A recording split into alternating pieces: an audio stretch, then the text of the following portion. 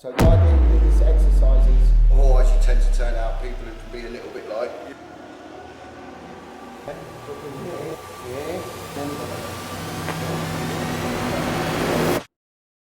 Hey guys, what's up? Welcome back to another video. Today I'm driving to see a good friend of mine. Everyone knows him as Ed Phillips. He does a certain sort of martial art called Systema. I've trained with him before many years ago. I've known him for years, since I was a teenager, I think. And basically the Systema, from what I understand, I'm sure he'll go through it anyway, is more about kind of martial arts in real life situations, dealing with fear. Just, it's very not technique based, where certain other martial arts are like, you have to use this technique, use that technique. It's more free flowing, got a lot of breathing elements involved, which are kind of, you know, up my street. So Tunji's been doing this sort of thing for a long time, and his knowledge is kind of, you know, second to none. The only thing that I want to say is don't try any of this at home, because we might do some knife work and gun work. Just to let you know, these knives or guns are rubber, and it's in a secure and safe environment. Yeah, check it out and let me know what you think. What we're going to do is we're going to stretch the clavicles and we're going to stretch the anterior deltoids. So the idea with this exercise is we do it but without corrupting the posture too much. Breathe in, breathe out. And what I'm going to do is, I'm just going to bring Shiv's arms a bit closer together. So we wait here for a little bit as the tension builds up. Very nice. Okay, so you're ready for a little bit more squeeze? Yeah, go for it. Yeah, good. Inhale, exhale. Okay, a few more deep breaths. Very nice. You ready to squeeze again? A little bit more? Go for it, bro. Inhale, exhale. Very nice. Okay, inhale, exhale. Good. That should give you a little bit of freedom across the clavicles and the shoulders. Can you feel that? Yeah? Feels about 100%. Well, it's very, very good for stretching the ligaments, tendons and the connective tissue. Okay, so next little stretch we're going to do. This is good for the posterior chain. So what I want you to do is I want you to hold the stick like that. I want you to bend forward and bring the stick as far up as you can with your legs completely straight. That's the one. That's it. So, again, inhale, exhale. So, inhale through the nose, exhale through the mouth. Okay, so inhale, exhale, and come up really slow, real slow. That's it. Excellent. Yeah, I feel that all in my trap. Yeah, good. Do you feel it in your feet? Yeah, a little bit, yeah. Like a tickling sensation almost in your feet? Yeah. And it's okay having loads of complicated stretches, but some main ones, you know, are very good for doing everything, like compound stretches as it were. So they're two major stretches that should give you a lot of freedom. The four principles that we work from in Systema are movement, breathing, relaxation and posture. Learn things on a behavioural level, not necessarily a physical level. Especially if you're like moving around, doing certain movements, like if you're not supple enough or relaxed enough, you're just not going to get the best out of movements. You're likely to get injured. Yeah, 100%. As a happy medium in terms of how you should carry out your life, it's better to be relaxed all the way through and that anyway. Because there's all sorts of health problems associated with kind of carrying too much tension and all that kind of stuff. Okay, so what we'll do is we'll start with some conditioning exercises. The three main exercises we use in Systema are press-ups, squats and sit-ups, because they tend to come out. They're the three exercises that you tend to observe in every human movement. So what we're going to do is we're going to combine that with some conditioning work, yeah? Because it's important in Systema that we try to learn to relax through everything, even when we're in the worst conditions, as it were. Because you're going to go on the floor and we're going to start with press-ups, right? And we always try and finish with core work to balance out the blood pressure. What we're going to do is we're going to do some conditioning work. So while we're going to do some press-ups, I'm going to put you under some stress. Good work, Shiv. Good work. Keep breathing.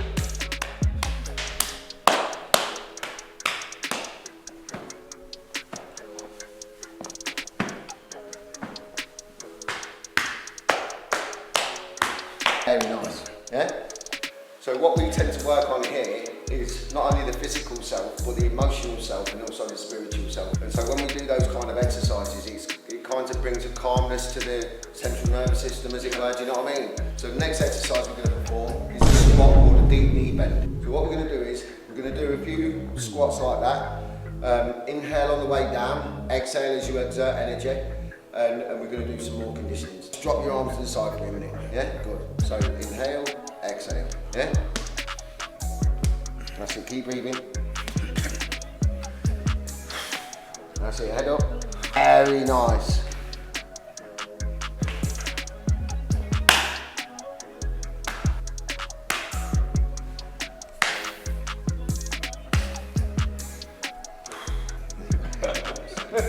Yeah, excellent. I feel good because you're hitting me when I'm breathing out. Yeah. So it feels like I can. You're releasing tension. Yeah. Yeah. I can control the reaction that I'm going to make. My Your reflexes. internal responses. Yeah? A large part of this type of training is trying to control your emotional equilibrium.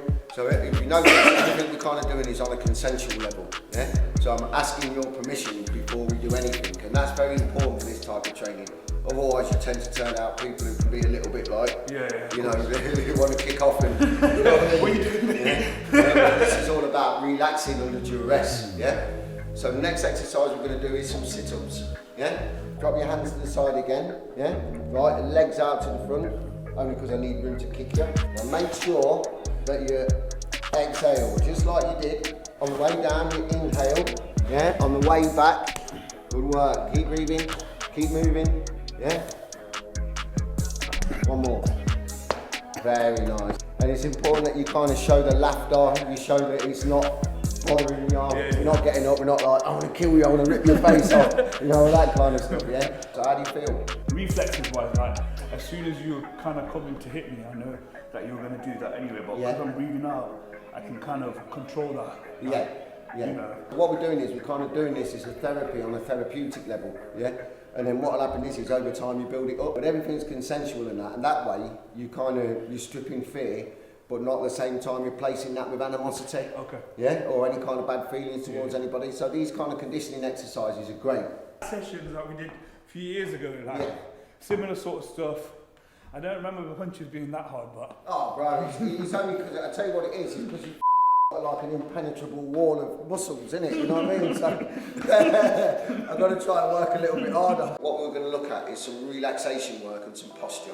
What we're going to look at is a mobility exercise. So this starts with two aspects, or there's two aspects to it. There's one where you start to move objects around you, and then the next stage is you've got to move around objects, you know, because it's important for interacting with our lives or whatever, do you know what I mean? So very, very good exercise to reacquaint ourselves with like a tactile world, you know, feel, touch, you know, all that kind of stuff. So this is the first exercise. So ideally, you're moving it around you. Very nice. That's it, and keep breathing. Elbow, rest on the elbow. Very nice. Let it rest on that elbow. Then from there to the other wrist. There. That's it. So you're working on your balance as well. So down then to the knee. Ankles. There. Good. That's it. And then feed it around to the other ankle. So now we're going to go back up the body. So on the knee.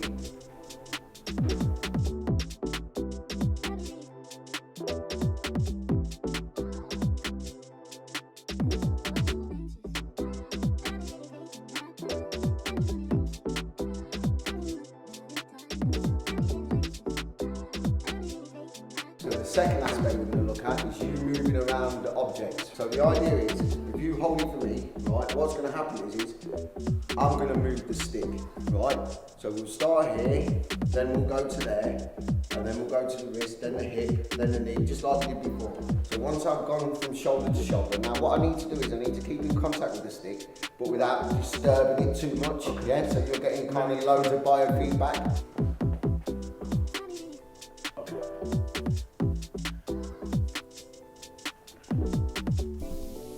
So I'm keeping some level of contact with the stick, yeah? From the waist to the knee. Yeah, so I've got room to kind of get through, yeah? And you notice I'm trying to do it without putting my hands on the floor. That's it again, Very nice, so to hit. There, lovely.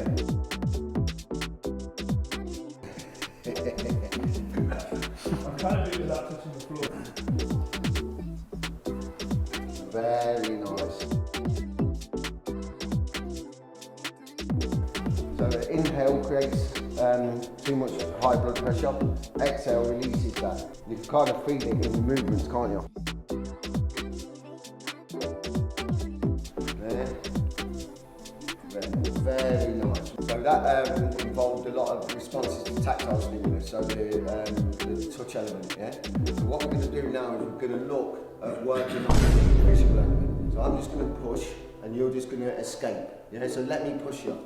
That's it. So now we've done that, now what we're going to do is you're going to work on the visual aspects of your movement. So now you're not going to let the stick touch you. So when I go to poke with the stick, escape. Here, there. Right. So now, try not to look down at it. Yeah. You see where it's coming, almost working out the peripheral, or your peripheral vision. Yeah, there. When your head's down and bob forward, your awareness goes with it. So again, and there. Yeah. So these are working on attacks that come into the centre line. Now we're going to work on attacks that come laterally, right? So where we're looking for gaps in what I'm doing and a place to escape to. And then also we start to see where your position is in relation to me. Look at the stick. That's right. Good. Use your peripheral vision.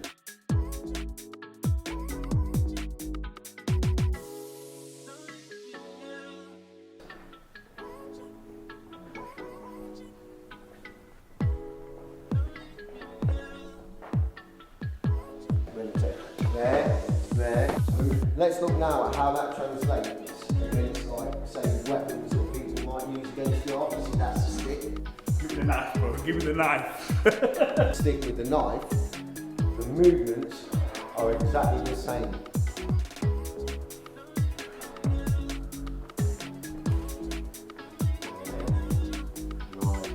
So no matter which way you hold the knife, Yeah, I mean, the movement is still the it same. doesn't really change. It's more about the lines of attack than it is the individual weapon that I'm using. Humans, people tend to make simple movements, even if they're well trained. Yeah. So the well trained tend to not hesitate, you know, that kind of stuff. But also they tend to do it in a way that's safe for themselves in terms of the way that they work. They kind of know what they're doing, so everything's kind of up close and personal. Okay. Well, you see how quickly you responded. The training that we just did is embedded behaviour already. Yeah, it's the most natural thing to move. What I know now, obviously, is that if someone's going to come at you in that direction, it's probably because they're coming to do something like that. For Possibly. example. And then you've got movements that you might make. Say if I go to grab your hand, you don't need to move your whole body, you just move your hand. That's it. Yeah, right? But already you start to look that in the process of reaching for your hand, I made myself slightly off balance. And you start to see that within a very few goes, Shivam starts to get a lot better at doing it. As I escape, you see what happens. Not only is my movement down, but it's forward and at an angle as well. Yeah. And this affords me the best opportunity for me to deal with the situation. For me, what tends to happen is, or the way I like to operate, is not necessarily interacting with the knife at all. Yeah, you do that after once you've dealt with the person. Yeah. There's two dangers really in the situation. There's the weapon itself, but it's also the person. Yeah. But the weapon's an inanimate object, so without a person behind it, it can't move. So it's a good idea that you learn to start to deal with the person, that as the attack comes, I parry and escape, but I start to look at where I can affect the body. So it might be that I work this side, and again, yeah, because this is open, I can hit, I can manipulate the body, yeah, I can take him down, deal with him that way. So again, it doesn't really matter what I start to do, as it were. Once you've got them on the floor, then obviously you've disarmed them technically. Well, I mean, the disarm part comes easy. I mean, it's really easy. It's much easier to disarm somebody when they're asleep on the floor, than it is when they're necessarily in an active situation.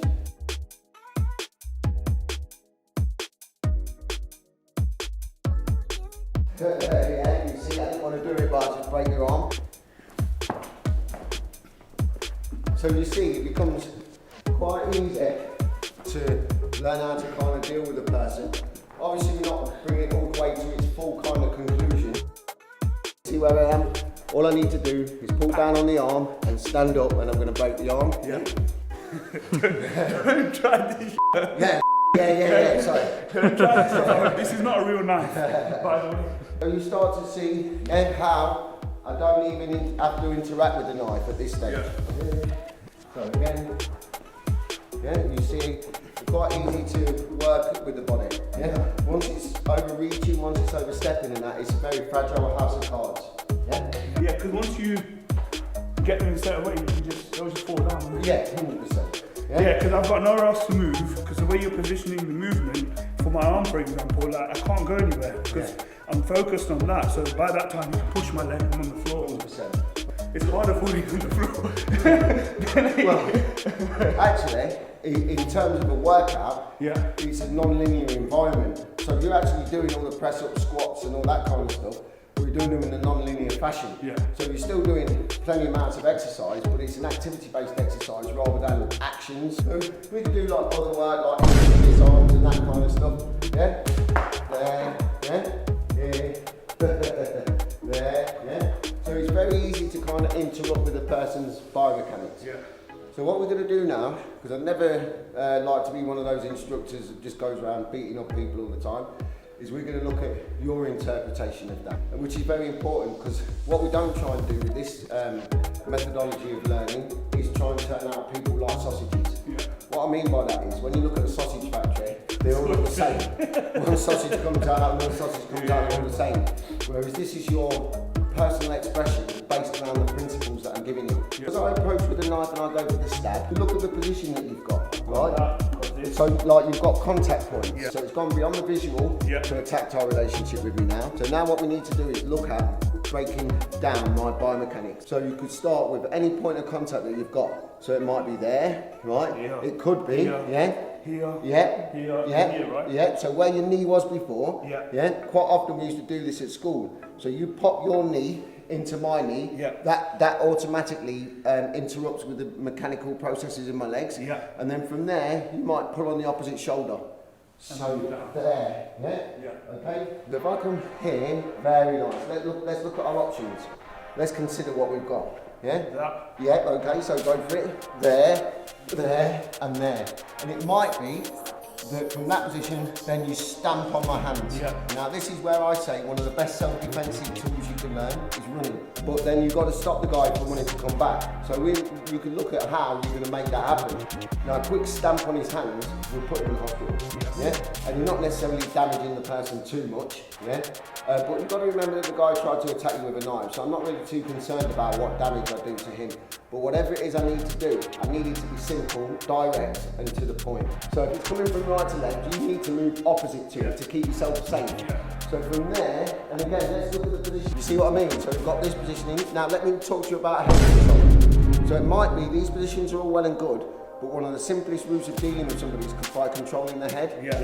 So it might be that you put both your hands around my eyes, like here, and then from there you pull backwards, but you step away, because you don't want it to fall on top of you. Right, and again, you might stamp on the hand, and then you take it. This hand goes here. The head goes up and back. What'll happen is you unlock the person biomechanically anyway, because the posterior chain locks up. Because you're like grabbing someone from the top and that way. It's just a different sort of feeling to like if you're grabbing someone from the ground, because obviously gravity is pulling you down this way. So from here, very nice, there, and again, complete. So this is kind of what's going on in the process of when I'm attacking you and you're defending yourself. So I'll make the decision to do it, but my expectations aren't met. I was expecting it to be stuck in there. So this is where I need to start thinking again, but while I'm doing that, your thinking process is still intact and you operate there. So I'm always playing catch up after this point. The other thing I think that's important, like from what I'm taking from this, is that the fear part as well, because most people will go out into the real world and be like, okay, once they're in that situation or that potential situation that happen, that fear kicks in. And I think obviously what's happening here is you're kind of removing that element, or learning how to deal with that element. So we're using it. So what we're actually doing is we're using fear as a superpower, in terms of your survival. So some martial arts are based around anger and aggression, but they're quite difficult states to manifest in you know, when things happen instantaneously or whatever. Whereas no mindset is quite an easy state of mind to kind of develop. So that when that happens, there isn't a feeling of fear, there's more of a feeling of urgency. Because we don't want the type of fear that makes us want to go, oh shit, this isn't happening. This isn't happening. I'm at home on my Xbox. We don't want that kind of fear. We want the kind of fear that makes us act. Even now, when I'm just already thinking that it's going to come for me, so I'm going to move. I'm just going to keep like breathing through the whole situation. 100%. So then these become behavioural issues. And you soon get to a point again where you can't help doing it. And it's just part of your life. Like, 100%. You just walk around and, you know, even like, it's just a small situation. You could be like, just, you know, kind of moving and getting out. Exactly. Awareness is being your biggest tool. That doesn't mean, by the way, you know, that the missus comes in for a kiss and you go, whatever.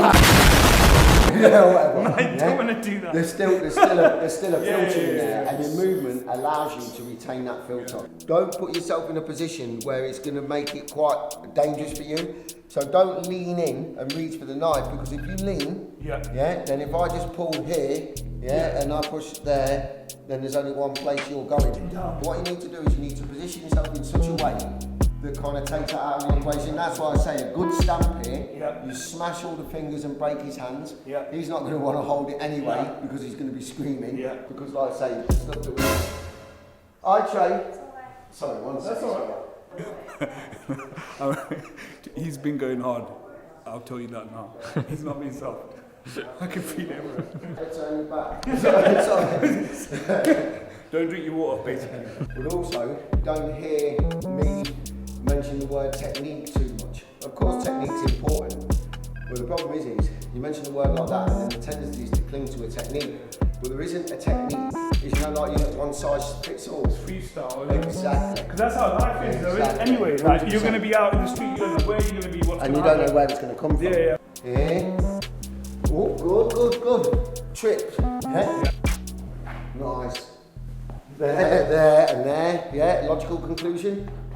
There. I think once you kind of like go with the flow, it just becomes normal. 100%. I think for me personally right now, I'm kind of thinking, okay, what should I do next? What should I do that? But I think the more scenarios I do, the more that it becomes like free flowing. But that's also on a subconscious level. So everything we're doing is kind of committed to that. So here, in the beginning, you start thinking, what am I going to do next? What am I going to do? What starts happening in a while is you start to notice things that happen. It's regimented then. 100%. And you're like, oh, I've got to follow this, to do this, to do this. Obviously, life's not that situation. Exactly. So that's the kind of point you arrive at with this stuff. It kind of becomes a language rather than a series of steps. So even as we're doing stuff as we're going along, that process starts to be cut down into like a millisecond. So it feels like when you do come forward or try and do anything, it's like, I feel like it's slowing down in my mind. Even though it's not like, when you're coming normally, it's like, it feels like it's slowing down, obviously, the vision and kind of how the whole thing is going. It feels slowed down. We've done that fear part, that I don't feel like that's there now. So if someone wants to come up to me like this, that fear element's gone, so I'm like, okay. Well, in here it is, but out there, it kicks in a different way, because here you're safe, you know you're safe, even though some of the subject matter that we're talking about could be a little bit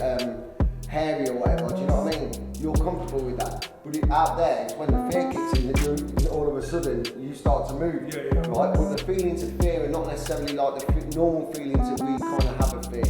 It's coupled with something, so the urge to move, as opposed to just go, oh, this is not very comfortable.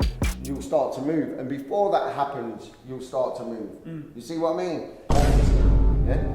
Sometimes what happens in robbery situations, the knife is on you or close to you. So it might be that it's here.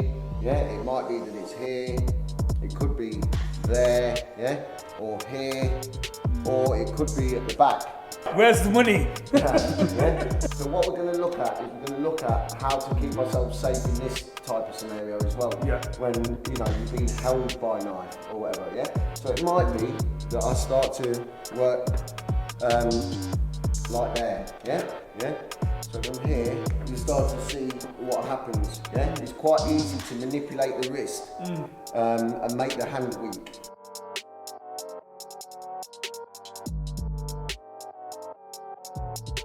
Right. And because part of it is as well is to do a lot with your fight or flight responses. So my fight or flight response is already kind of going, but I need to make sure that yours don't kick in. Yeah, because that's when you start to realise you're in trouble. Yeah. And then you might do something else. 100% here, there, yeah? Automatically the fingers are weak and it's easy for me to take the knife. So what we're going to do is we're going to do a few kind of exchanges, as it were. Yeah. So from here, that's it, you peel, yeah? And then it goes all the way up my arm, into my elbow and into my shoulder. Yeah, because I'm too busy dealing with the pain of that and also the fall as well. But in that space, you're still working. And you take the knife off somebody, it goes down your pants, and hidden, or it goes down the nearest drain or into the nearest dustbin. Another option you've got is you hit it, you hit my hand. So as that happens, and you rotate the hand and go to grip, with this hand, it could be a punch. There, so the punch comes in, then at the same time the leg goes behind, there, and again, stamp. Okay, so how can you get out of this? Now don't make too much of a visible movement, come underneath rather than over the top. So you hit it up, there, right, so you've got some level of contact here. So from there, now what you're going to do to deal with me now. So you dealt with the immediate danger. Very nice, and then again, I can stab your hand. That'd be pretty standard. 100%. Yeah, so nice making contact. And you start to see, from here, I just break the arm. So if we start to look, from here, just like we did with the stick earlier, remove that part of the body away. There. Then press that against you, so the flat of the blades against your body. Then turn back towards me. There. Right now, you start to see already that my biomechanics have been severely interrupted. Now, don't think about grabbing it. Think about hitting it. So there. That's going to be far safer. What tends to happen is once you grab it, that's when I start to realise something's going wrong for me. There. Nice. Here. There. Beautiful. And again, conclusion, stamp. If someone's working from behind, it's not a bad idea that you keep this hand low, right? So as you rotate, keep turning, you see what happens. So that becomes like a deflector,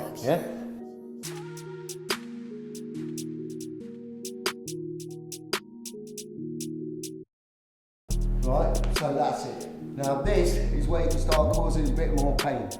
So the knees rest on the body, the face, there, and the arm as well, there and there. Right, now take the knife. So make sure that you've got that on first, otherwise, you see how it affects the way, that pressure affects the way my fingers operate.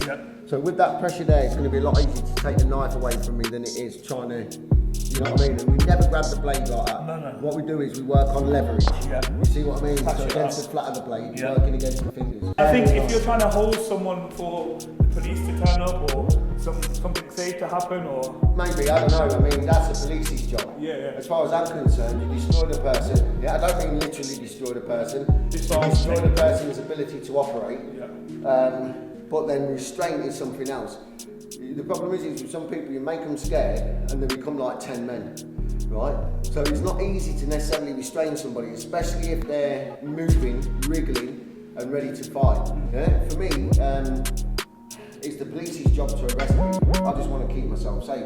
If the other person gets hurt in the process, that's his fault, not mine. I never asked him to do that with the knife. I told you not to stab him. I told you not to stab that. What made you think he was going to get away with it in the first place, innit? You see what I mean?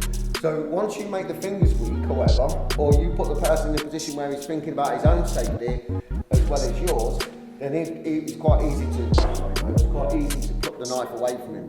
So what if I go here? So you've got to worry about this immediate danger, right? So from here, what you're going to do is you're going to push my elbow, but you're going to push it that way. So from there, you see what I mean? Positionally, you're behind me. So remember what I showed you about when you cover my eyes and pull me back? Both hands. There, pull back and step away. So here, what are you going to do? There, you could make a big meal out of it. There, turning. Very nice. Now keep turning, but I've just got a bit of an injury here. Right. So there. Right. So now we're here. 2 hands on that. So what you do is you pull down the arm, and stand up at the same time and you snap my elbow. So there, nice. Step around, there and there, then logical, a logical conclusion, stand. You just never know when anything's going to happen, that's the thing. 100%. And if you're prepared, or not even prepared technically, if you're aware of your surroundings a lot more, you're just going to react. Well, yeah, and you should be operating long before it gets to the point where this is happening. Yeah, you're already, that makes sense. You're already switched on, you're already sharp, you're already alive.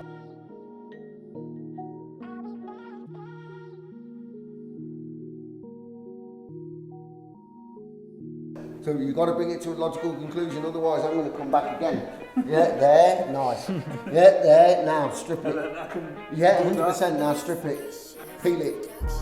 You see what I mean? It'll come straight out. So that could work. There, nice. You see what happened? You did something different and my body shape was different.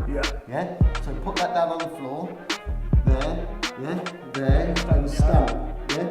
So you, by playing this role, you already start to see your vulnerabilities, isn't it? Yeah? So here, there, there, there, there.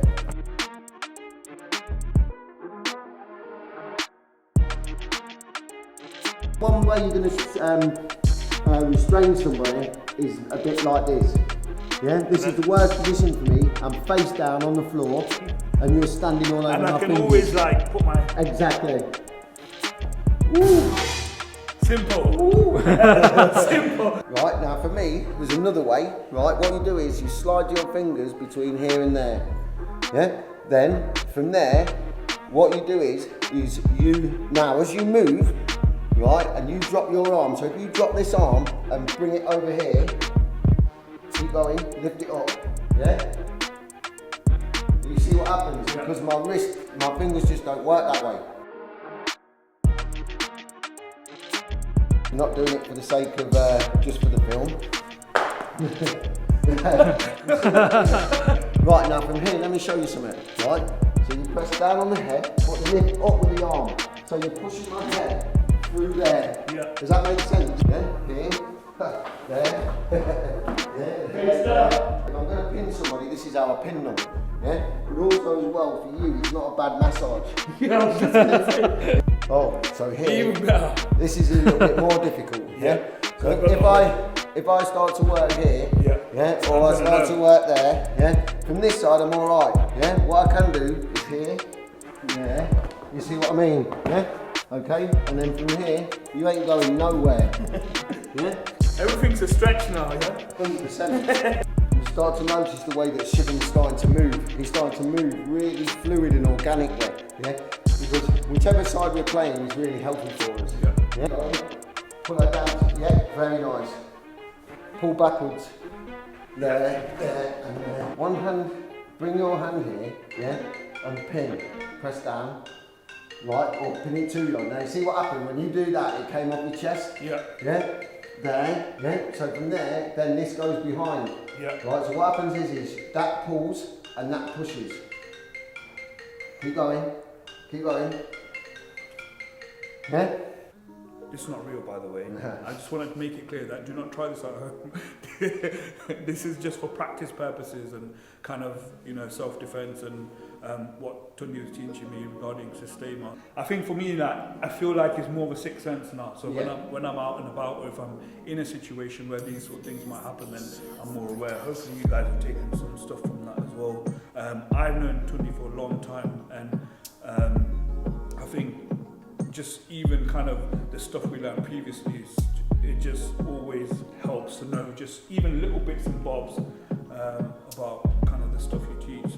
So for me, Systema is the perfect art, not just for self-defense, self-offense, but also it's the art of life. Having been in lots of situations in my previous life, I just think this covered more bases than some of the other stuff that I'd done.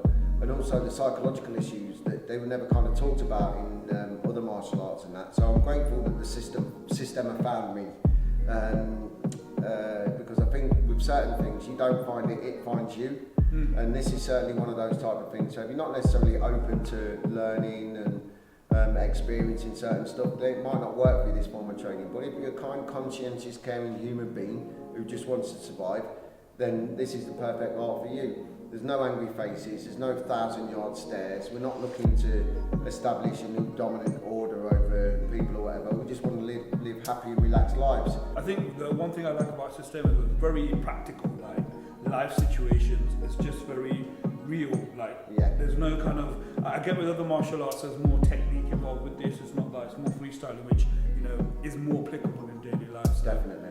Yeah, man. Big up for the session, bro. Thank you, bro. It's an absolute pleasure. An accolade for me. Definitely. I'll tag all Tundi's stuff at the bottom in the description so you can go check him out. But yeah, peace. Yeah, that was sick. I think I feel so much better because I've done something that I had an interest in the past, which I've not had a chance to kind of go back and do. But I am a little bit in pain from all the falling on the floor, which was going to happen. Hope you enjoyed that session. That knife was not a real knife. It was a rubber knife to use for doing kind of this sort of work. We were in a safe environment. This is just for being able to deal with situations if they do arise, and it's just for your own safety and being able to look after yourself. So I hope you liked the video. Like, comment, subscribe. I've put all the details at the bottom so you can check it out, and I'll see you for the next one. See ya.